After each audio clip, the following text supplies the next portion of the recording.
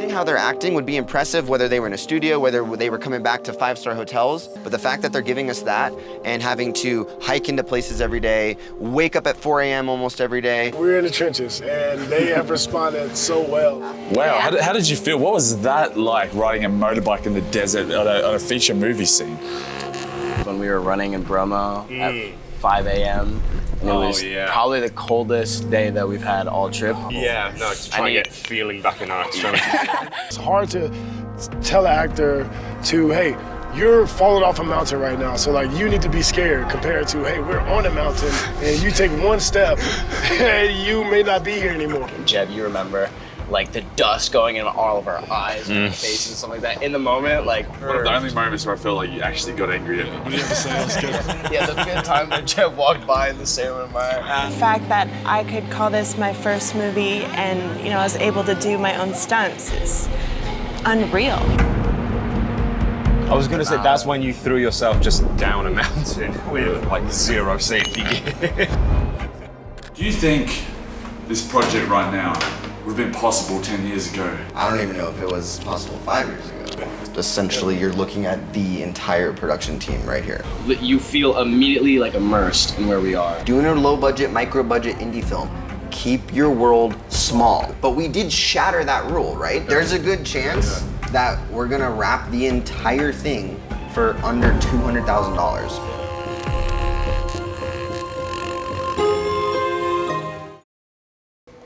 Sitting here in a Bali hotel in the wake of an absolutely insane film shoot, I'm here beside 3 actors.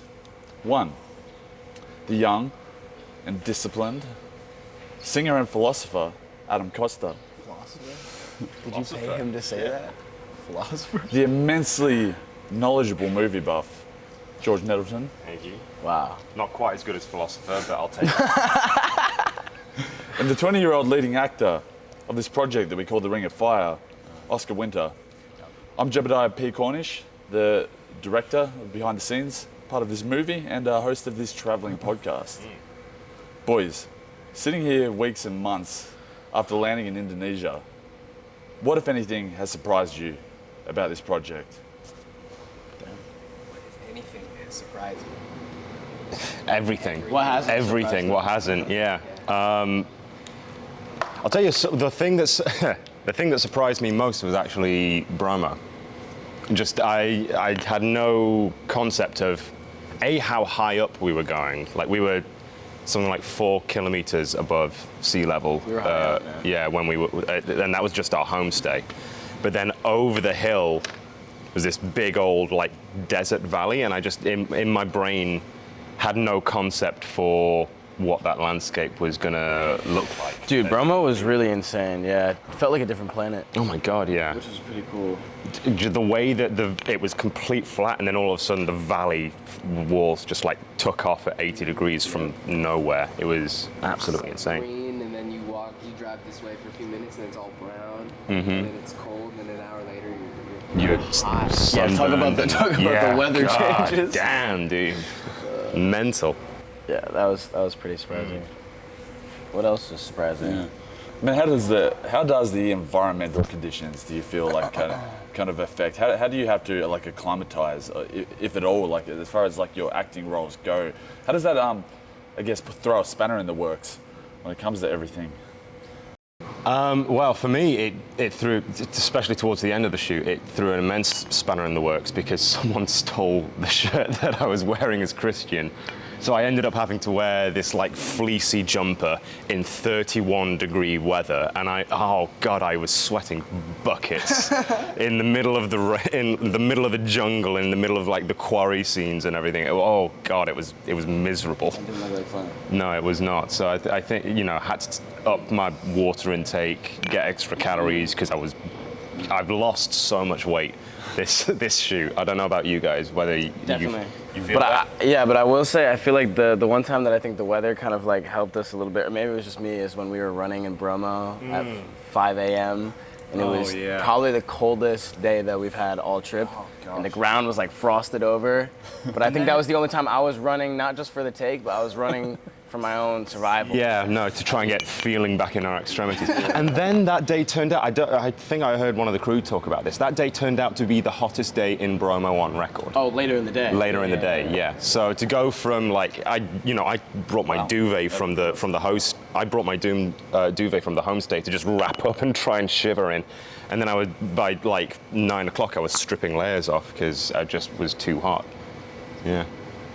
I know there were some scenes where our characters are supposedly have been like hiking for hours, days, and we would get to the location and it's like we're wearing these layers, we got these heavy backpacks on, and within 30 minutes of shooting, it's not that hard to feel like we actually were.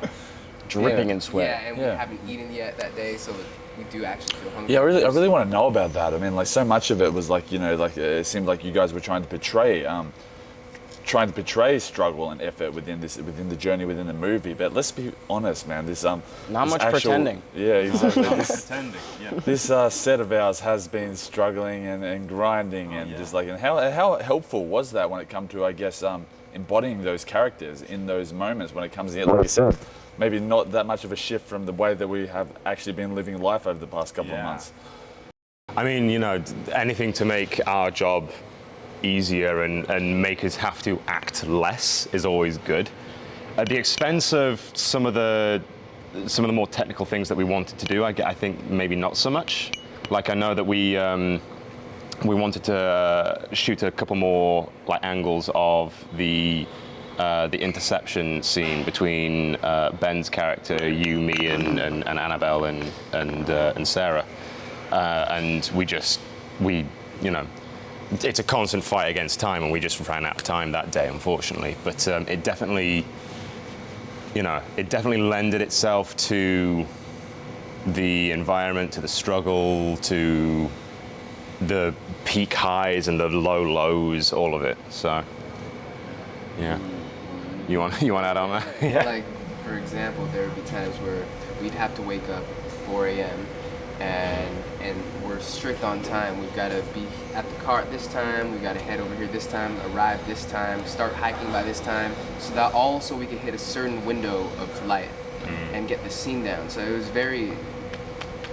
there was a lot of stress within that situation. And, especially when you've got a cast and crew who are not all of them unnecessarily morning people. Putting my hand up fully, like I'm terrible at mornings. I suck at them. But yeah. And so by the time we got to the scene, I think all of us were sort of feeling this tension, and I think as an actor, that tension allowed there to be an opportunity for release. And there was a lot of scenes where we had to sort of show this releasing of anger or frustration, things like that. Yeah. I think a pretty good example of that is when me and you were shooting on the top of the crater that last day. Yeah, what was that last day? Because I wasn't needed that day. I was doing drone shots or something with Brian. Yeah, so it was pretty nuts. I mean, we were shooting like basically the tail end of the climax scene, but I think just environmentally wise, that was like such a day where like what Adam was talking about, like the frustration and the chaos of like us shooting and like having all these external elements kind of like limiting us but also amplifying what we're doing at the same time. I think, and Jeb, you remember like the dust going in all of our eyes and our faces and stuff like that. In the moment, like I feel like we were all very tense. But I think it only served. One of the only moments where I felt like you actually got angry at me. yeah, the fifth time that Jeb walked by in the Sailor Mine. No, but in the end, I feel like all of those like little things honestly probably just made that scene better. You know what I mean? Because it is such a high tension scene, and because things were already so high tension and everything was so amplified with the environment and the dust, I think honestly I feel like that probably served the scene even better than if without, you know. Gave you something to channel. Yeah. Watching Adam throw himself off. I was gonna say that's when you threw yourself just down a mountain with like zero safety gear. It was insane. Like, looking from an outside perspective, like you said, just like the ambience, just like in the air, like the tension. It's like probably when I was there with the camera, I just wanted to be up there filming you guys. I'm like, wow, what a crazy special moment. We're out like in the we're trying to like isolate this one space on the top of an active volcano and shoot this like intense, like climax movie set. And you guys are all in your obviously your climax movie kind of characters, and it's just like, and I'm just like, wow, it was just so powerful and just so unique, and just like, and so I couldn't help but getting right up in your faces, kicking dust everywhere. So, Yeah.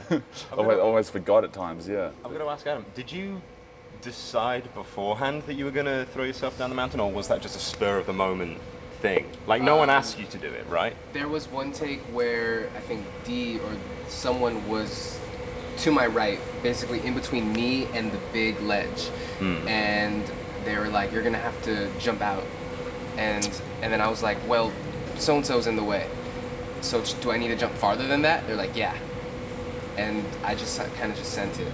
Rest is history. It was pure commitment. That's awesome. I did test the ledge beforehand to see if like it would catch my momentum if I would keep rolling. It seemed safe enough. Okay. Safe enough. Yeah. That's the standard. That's the gold standard of all indie, like, you know, films. It's safe enough. Sure. Yeah. It'll work. Is this what I guess looking back, obviously you guys before actually enacting on them, actually progressing into the acting world where you guys are, there were clearly fantasies and kind of imagining what this world would be like, what it would be like to be an actor.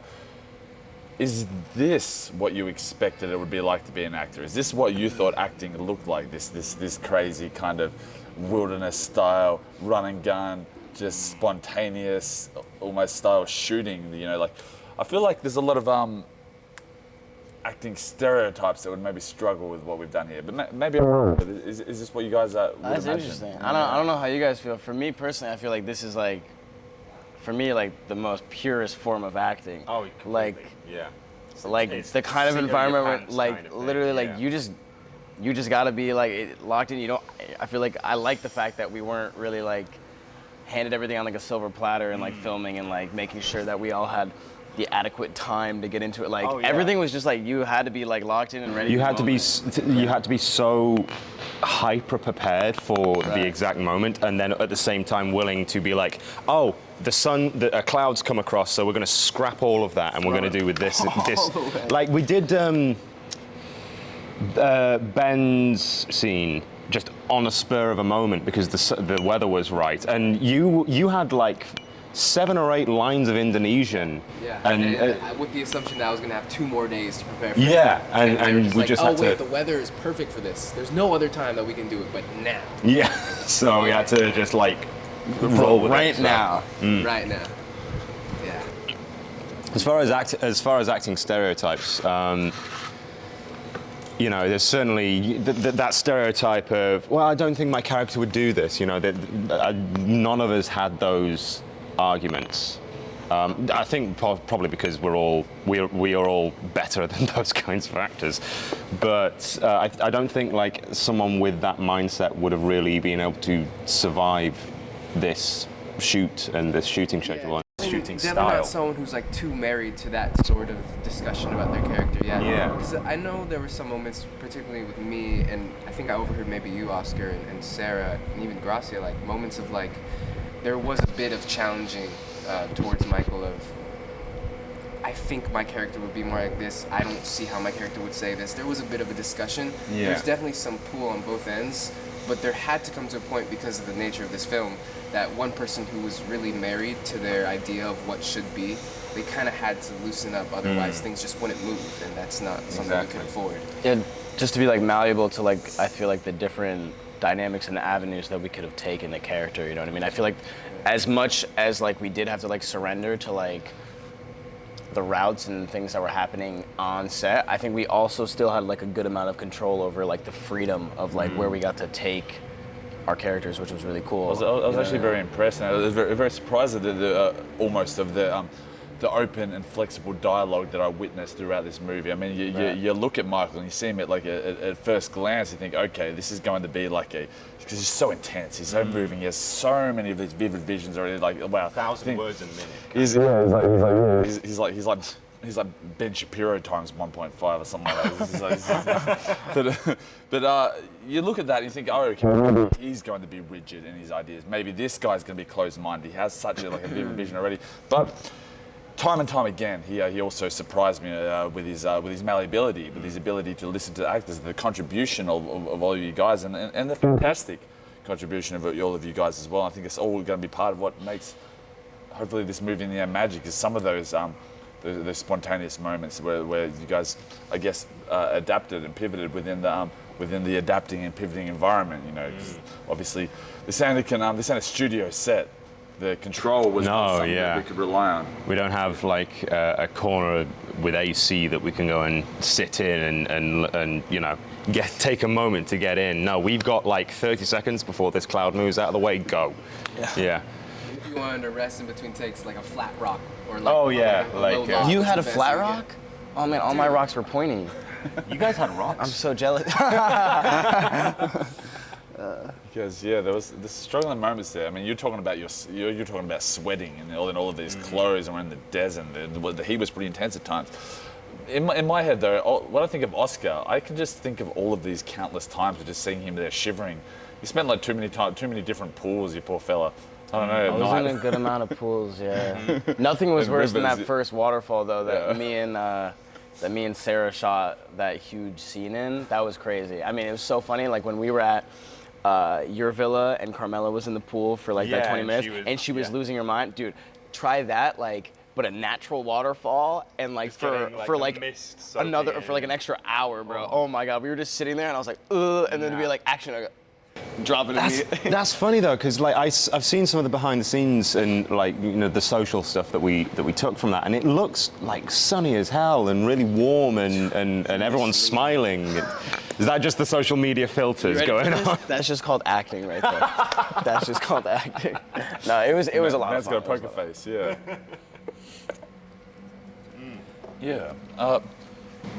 Because I remember my first waterfall was the one with the sun rays that came in at 10. And that was my first day on set actually. Like I'd been around for a week and a half or so, but I'd never been called, so I'd spent the entire time like just sat around twiddling my thumbs.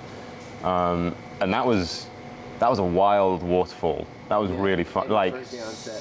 Talk about a pretty fire day for us. Let me touch on that as well. I mean, like, we're so in this at this point. We've been in this, it feels to me like we've been in for so long. It's become like almost so normal in this madness, in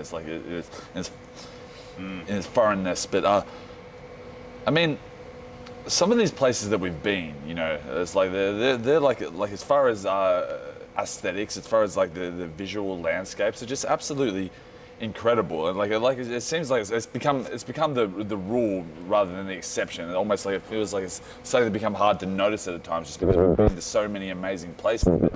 Ourselves back again, and how important and how powerful do you think that all of these specific landscapes that we've travelled in, and filmed these sets in throughout this project, like how impactful will that be once put into the editing room, and how much of an important part of this film is the landscapes that we acted in? That you guys acted in, not me. I think it's going to be, it's the core of the film, honestly. I think, you know, Bali and Indonesia and the active zone, all of that, that's like the unspoken, you know, sixth character hero of this whole film. It's incredible. Michael has a history of travel vlogging. Honestly, I looked him up after our initial phone call where he just like talked at me for 30 minutes, and I went, yeah, sure, at the end of it. But I watched You watched Iceland? I watched Iceland, yeah. Have you guys seen this? Yeah. That's the one that made me go, oh, okay, this guy knows what he's doing, and that's kind of what really sold me on it. He's a good videographer as well. He's a brilliant videographer. He's a very good videographer, yeah. So taking, you know, all of that, and then, you know, Dee's cinematography skills, Brian's amazing angles that he's getting from, you know, the drone and the focus pulling and everything that he's doing. Sotes Mount. Yeah, I think it's going to be. At the entrees. Yeah. Nobody Oh, calls it that DeAndres. DeAndres. Yeah, is that even pronounced? I don't know. He's a special. Dee Mount. It sounds like getting off, but okay.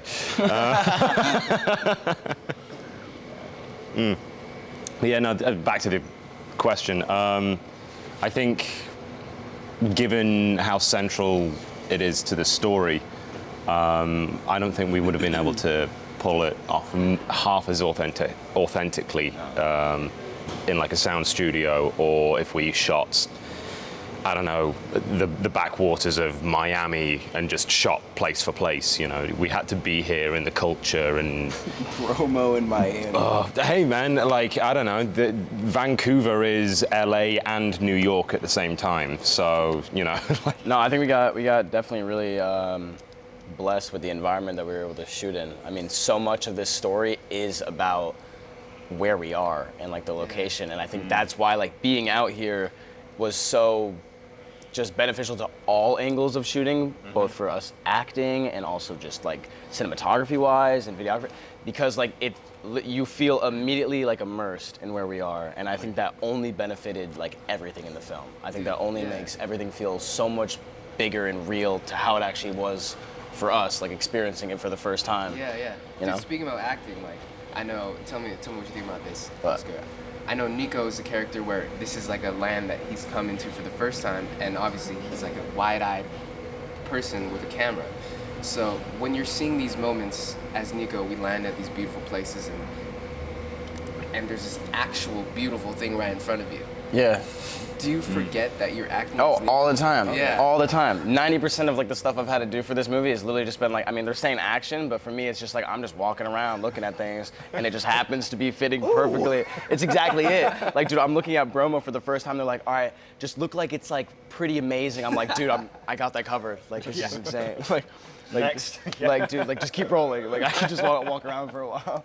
But no, yeah, I think that was like such like a blessing, especially to help serve like Nico's character arc and things like that. It's, everything that we did was so out of this world that like it was very hard. Like the line between Nico and me and how I found the environments that we were in was very seamlessly bled through, and like how shocking and amazing it really was. You know? And on a meta level as well, this is both of your like first major feature endeavor, first, isn't like, it? film. So like how did that bleed into Nico's like trying to discover himself in this particular art form kind of journey that you took? Yeah, I mean, I think it's already like such a journey. I mean, if you look at it just like my acting wise, like such a journey, and being like my real like first movie and navigating that it almost again felt like I was navigating, just as Nico is, like a whole new chapter of his life, which it felt like I was basically starting here as well, which was like really cool that like I was able to like kind of see both through the perspective of Nico and myself, and how cool that was of an experience, you know, to navigate such like a first time in both aspects of the character and of just like me, you know. So that was like really cool. I don't know. Hey, well, for me, there's this idea that a beginner, someone who's just starting out into getting into something, doesn't even realize how much they don't know. And so then that gives them this false sense of confidence that they know things. They don't even know what they don't know, right? And being that this is my first film, like week 1 and then week 2 hit and then week 3 hit, and every time I thought, I was like, yeah, I kind of understand how things move and how things are going, I was like, wait, actually I don't know. And it's just sort of been Reality. like, y'all ever like get hit by a wave and you get tumbled and you get up getting ready to take your next breath without realizing the next wave is coming in and it hits you? We did that And for then- real. and then- We did that for And real. then halfway through, you just decide, I'm going to start trying to backflip into these. What is it? Like the Dunning-Kruger effect or something? It's like the more you learn, the more you realize you don't know. Yeah. You know, one of those lines. You know, yeah. I might have butchered that. I'm not sure. Ignorance is a powerful tool. Without ignorance, I watched. It's funny. I watched an interview with Orson Welles just randomly one day. I think it was like I was trying to fall asleep and just needed something in the background. And he talked about he would never have been able to make Citizen Kane if he just wasn't completely ignorant of how films were made, and it's now like one of the seminal works. So Ignorance is a beautiful and powerful tool. Knowledge sometimes breeds hesitation. You know? Yeah, Sometimes yeah. it's good to just go and get started. But going back to the landscapes, going back to the incredible just landscape of Indonesia, like you know, it's like just absolutely amazing. Michael clearly has big ambitions, and I feel like he's helped to kind of ripple these ambitions into the rest of the movie. This is if you look at things here, this is an indie project. You know, it's a low budget film in the whole scheme of things. Like it's just exponentially lower than something like Hollywood is. The feel of the ambitions here feels like we're not happy to settle with just some other random kind of out there indie project. It seemed like the as far as the cinematography goes, as far as the production goes, these guys are doing everything they can to make this stand out. I feel like we don't have the production to make like an Avatar universe in a studio or anything like that, but we're here in Indonesia with 8K cameras and world-class cinematographers. I haven't seen the images completely yet, but I have a pretty big feeling that they're going to make these images look pretty special, pretty Avatar-esque or whatever it may be. You know, it's like name your production. It's like how and why? I want to ask from your opinion. Why haven't more people tried this yet? Why does it seem like Michael has been the one? I'm sure attempted along this line, everything, but why haven't more indie projects, more low budget projects tried to really utilize the amazing international environments to try and put together a high world cinema? So it's funny you said it. I think that we are at the start of a massive wave of that. You could kind of tell that it was coming when the creator that film came out, because I forget the exact camera that they shot on, but they shot FX3, was it? I think something like that. But that camera cost a fraction of what a Red or an Ariel Exa would have cost. And it looks $5,000 USD. Yeah, and it looks stunning. So I think that, and what's going on here and what we've shot with as well, especially, I think it's, hopefully this is going to be like a talking point of creators and actors and filmmakers of, we don't need millions. No. Millions of dollars would be nice. Don't get me wrong. Start of the death of Hollywood or what? Hollywood's not going to die. I think it's just going to adapt. It's going to change. I think this might be slightly grandiose of me to say. So maybe don't quote me on this. Maybe, but I think this is the dawn of one of the biggest revolutions in the technology of filmmaking since the invention of sound films. It started coming when you could start filming stuff on an iPhone, and now it's become so much more. I think also there's an element of, too much money, too much time kills creativity. The fact that we were on such strict deadlines with such a shoestring budget meant that we had to think creatively to solve problems. And I think that you guys, I'm sure, have examples of, we got to a place, the weather wasn't right, the light wasn't right. There turned out, the last day of shooting, they fixed the bridge that we wanted to film on, so we had to just completely improvise a whole scene there. And it was the flexibility that the lack of budget gave us, ironically, rather than, we paid $500,000 for this crane rig, and it has to be set up in these points because that's what the health and safety thing says, and Yeah. We didn't have much health and safety on this trip. Relax a little bit. Again, throw yourself down a mountain. All contracts were signed, guys. All contracts. Yeah, no, we 100% willingly. Yeah, I did think twice about the clause about giving away my kidneys, but I decided to sign it anyway. So didn't even know that was in there. Oh no, you got to read it. Man. Who reads You read yours. Yeah, sign this guy? I have read the terms and conditions. I thought it was biggest like lie in the world. I thought it was like an autograph, so you could just sign it. That's why I signed mine, Oscar Winters. That's even better. That's good stuff. Yeah. What if anything? Again, maybe just elaborating further on that. Yeah. What is special? What have we reached an age where suddenly the technological accessibility and as far as travel mobility and just we have GPS in our phones. We can just organise things that run. You can book a hotel at a night's notice. It's like. I feel like this kind of thing hasn't been as accessible, and the tools and the cameras. Maybe we've just hit that intersection point where, again, you don't need to be a millionaire to be able to have the higher level cinematic technology, and you just need a madman like Michael and the rest of us to try it out. You know, Bring on the mad bastards. Yeah. Maybe, I don't know. Yeah. I certainly. We'll see. You know, We'll see. The creativity of the masses is definitely there. This project is a testament to that. These two fine people are a testament to, you know, that amount of creativity that's out there. So. Yeah.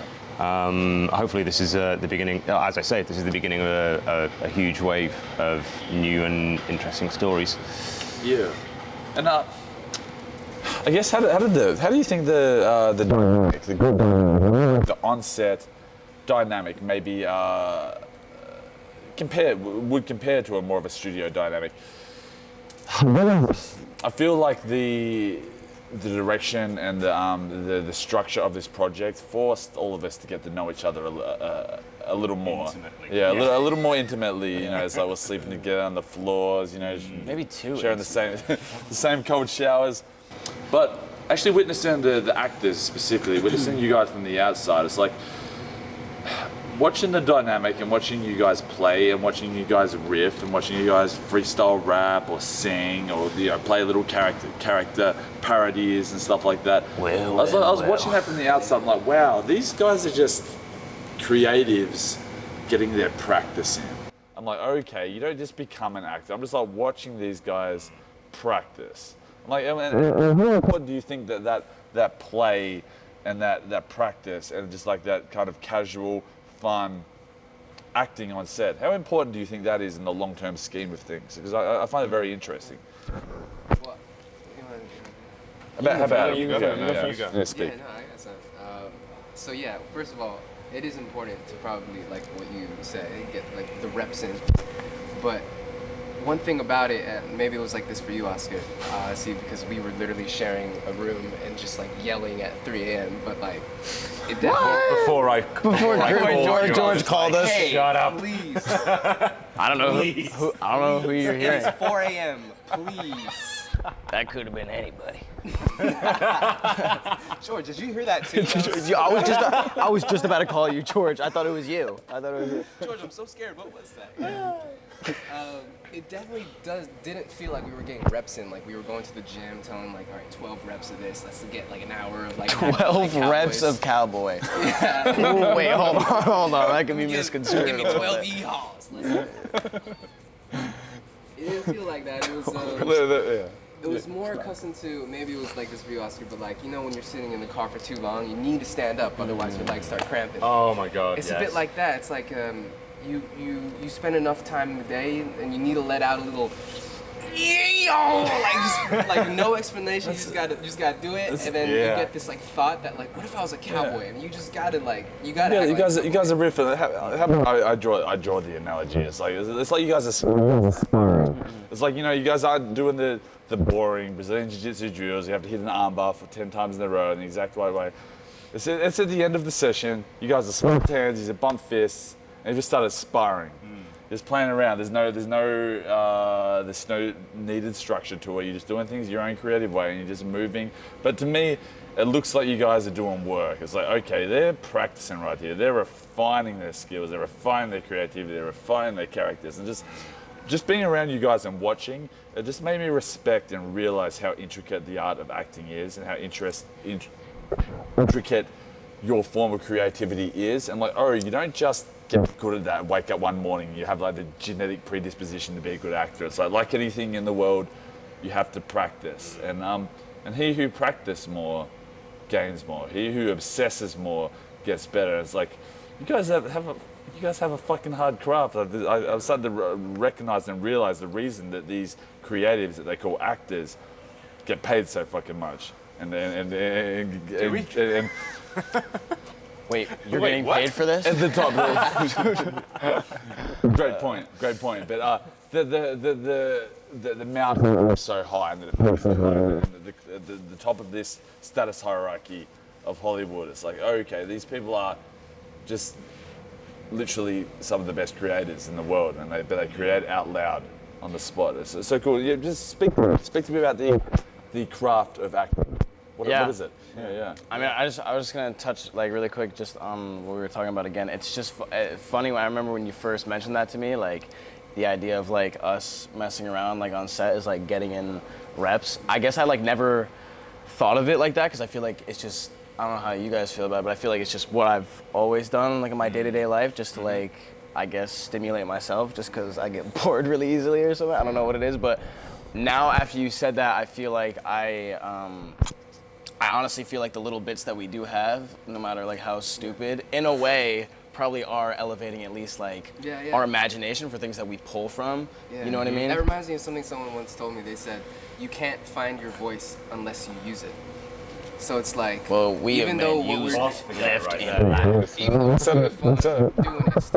that helps us find. I can't stop using it. Oh no, here we go. He's back. He's back. No, but I think that's like that's really cool because I feel like even when we're doing that cowboy bit, for example, and we're like taking it maybe a little bit too far. There's never too far.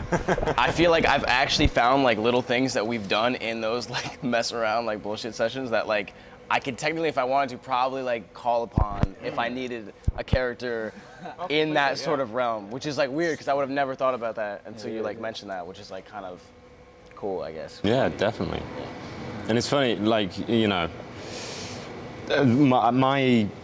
my mentor back in London is a guy called Lawrence Mitchell, and he has drilled into me at every single opportunity that there is no such thing as the performance. It is just like a rehearsal. It just happens to be a rehearsal in front of people or in front of a camera or you know, you can just throw, it is constantly throwing stuff against the wall and seeing what sticks. And so you need that kind of lightness and spontaneity and ability to play in order to have a mess around. In terms of acting techniques, this is the guy to ask though, because I think it was within 45 minutes of meeting each other and the taxi ride from, we landed more or less at the same time, so on the taxi ride from the airport to the hotel, we started doing Meisner technique exercises like repetition and stuff like that. Yeah. Just like completely. Dude, I nearly cried in the car when we were doing that. Yeah. I was so happy because this is my first like real big thing, and I was real nervous about it. So I read a book about acting and it mentioned the Meisner technique, and it said you can read all you want about this technique, but nothing will replace actually doing it. I messaged a friend back home, like, hey, when I get back home, can we do it? But before this, I had not known someone that I could just like do it with, so I kind of just did it with my sisters who know nothing about acting. And when I met you, and you were like obviously someone who like knows these things, I was so excited to say, hey, have you heard of the Meisner technique? You said yes, and my eyes lit up. I was like, can we do it right now? We met like an hour ago. Me, after like a 14-hour flight of like jet lag as hell, I hadn't slept a wink on the plane, and I was like, oh God, okay, here we go. All right, repetition. You're wearing a shirt, and just like it was. Yeah, you are wearing a shirt. Yeah, I know. Oh gosh, it was like I think that was the moment where I was like, you know what? I actually think I can fuck with this guy. This guy's good, because you know, you were so bright-eyed and enthusiastic and green and naive, and you know, the joy of this being the luxury of this being our first shoot actually is incredible. My first shoot, someone got stabbed Like, and your first shoot, you're in, yeah, that's a story I can tell you if you want. Yeah, my first film out of, yeah, my first film out of acting school. The director thought it was a good idea to have a prop knife that was just a second kitchen knife snapped in half with a bit of blue tack on the end. And so the inevitable happened, someone ended up with it through their wrist, and that was the end of that film. So the contrast of that to what, you know, your first film is, international, 2-month-long, multiple. No one got stabbed. Never got stabbed. Dude, hey, yeah. It's not over yet. Well, I mean, you've got how long? When's your flight? Damn, that's crazy. Yeah. So it's been a luxury to witness the spark in your eye every single day when we get up, and it's, you know, we're miserable because it's 4 a.m, but the second we're on set, you especially are immediately keyed in and bright-eyed, and the willingness to learn is so present with you. It's quite awe-inspiring. Bro, I see that in you, Oscar. Yeah.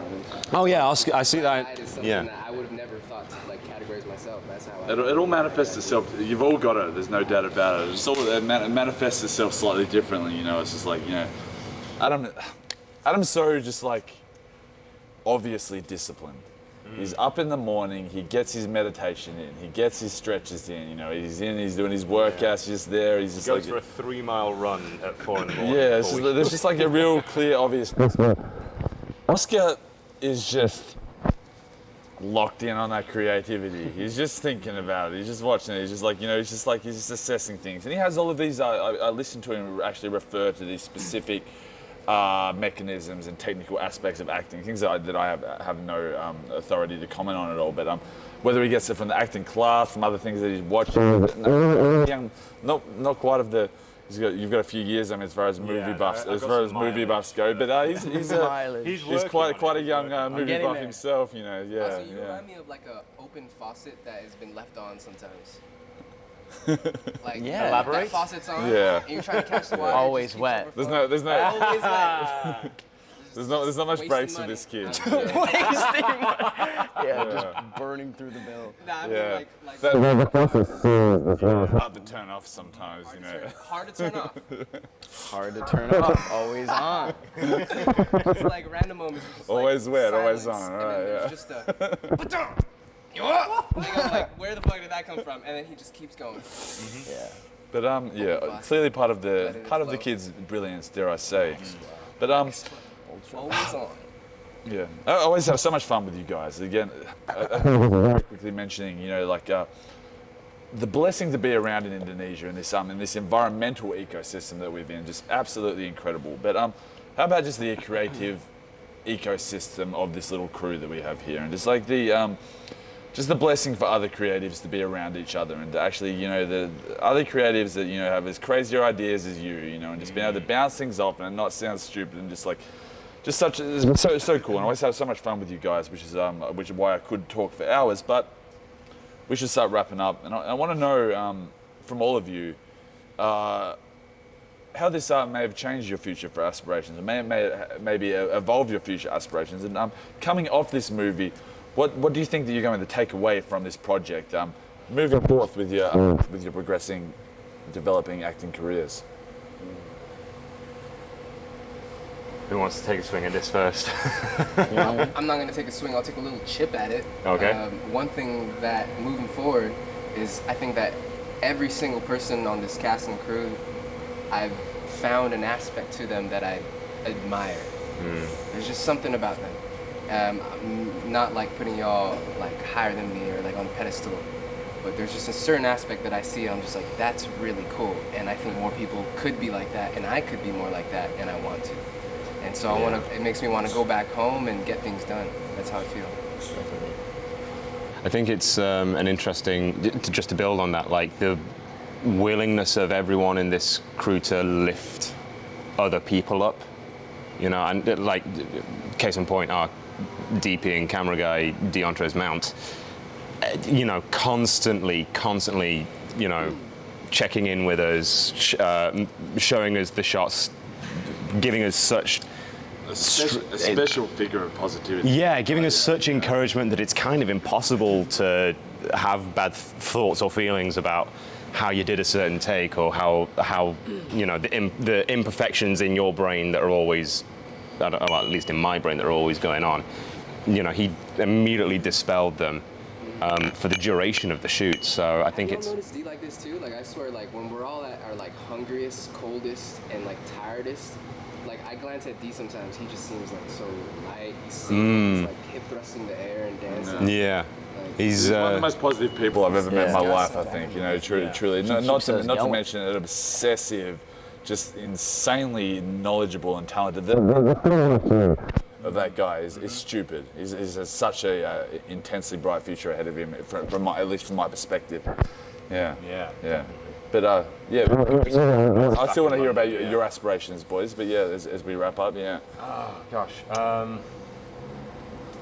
My aspirations is to keep on this this truck that I'm on. I think I'm in a very lucky position of I've started getting back-to-back jobs for the first time in I don't know how long, nearly 10 years of doing this work. So the upward trajectory is something that I'm desperately hoping to maintain, and the positivity that everyone has lent me in terms of my acting and how I look, and because I've struggled with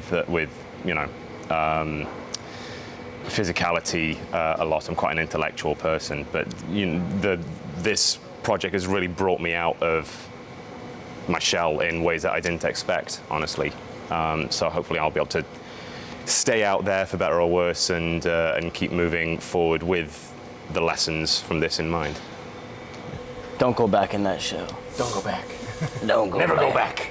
Yeah, I think I can like echo that. Yeah, I feel like at least like for me, like after finishing like this whole like project and working with so many people from so many different avenues of just life, and also like what got them into acting and what they focus on in their craft, I feel like for me it's just giving me like the most like motivation, just want to keep getting better, you know what I mean? I feel like working with these guys like day in and day out, like on set, just like makes me want to be better and want to work harder. And I think that's like been like such a blessing that everybody that we've had on the cast and crew is like so passionate in their own field and also not their own field, which is really like cool. I feel like we've had so many instances where I feel like Dee, for example, like loves to talk about how he put himself in front of the camera to try and learn better how he can direct outside of the camera. And I feel like the fact that people that we're like working with like care so much about understanding all perspective of what we're doing in this business and filmmaking, and not just your own field, makes me like want to learn so much more about things that I didn't realize maybe it's important for me to know, and to make myself like better. So I feel like that's definitely something that I'm looking forward to, just putting in the reps, just getting way better. Yeah, definitely. And also we're gonna, I'm gonna be in LA towards the end of August, so we're all three of us are planning to like have a hangout and a coffee and stuff. So just strip clubs. He's lying. He's lying. The Purple Rhino? You know that spot? No. Oh my God. You're under 20, Oscar. You're not old enough for strip clubs yet. Shame. Y'all can let me know how it is, I guess. Okay. I'll watch through like the window maybe or something. They have windows? But awesome, boys, an absolute pleasure as always. And I have a feeling that there might be more sit-downs in the future. But completely. Until then, that's a wrap. All right. That's a wrap. Thank you very much, Jeb. Thank you, guys. Thank you, mate. It's been a Thanks, good mate. time. Fun week. Good time, man. Good time.